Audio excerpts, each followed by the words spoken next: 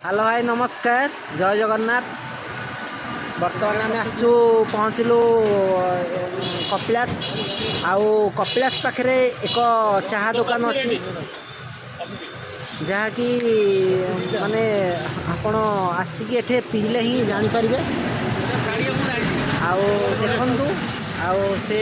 मु आपन को देखौछि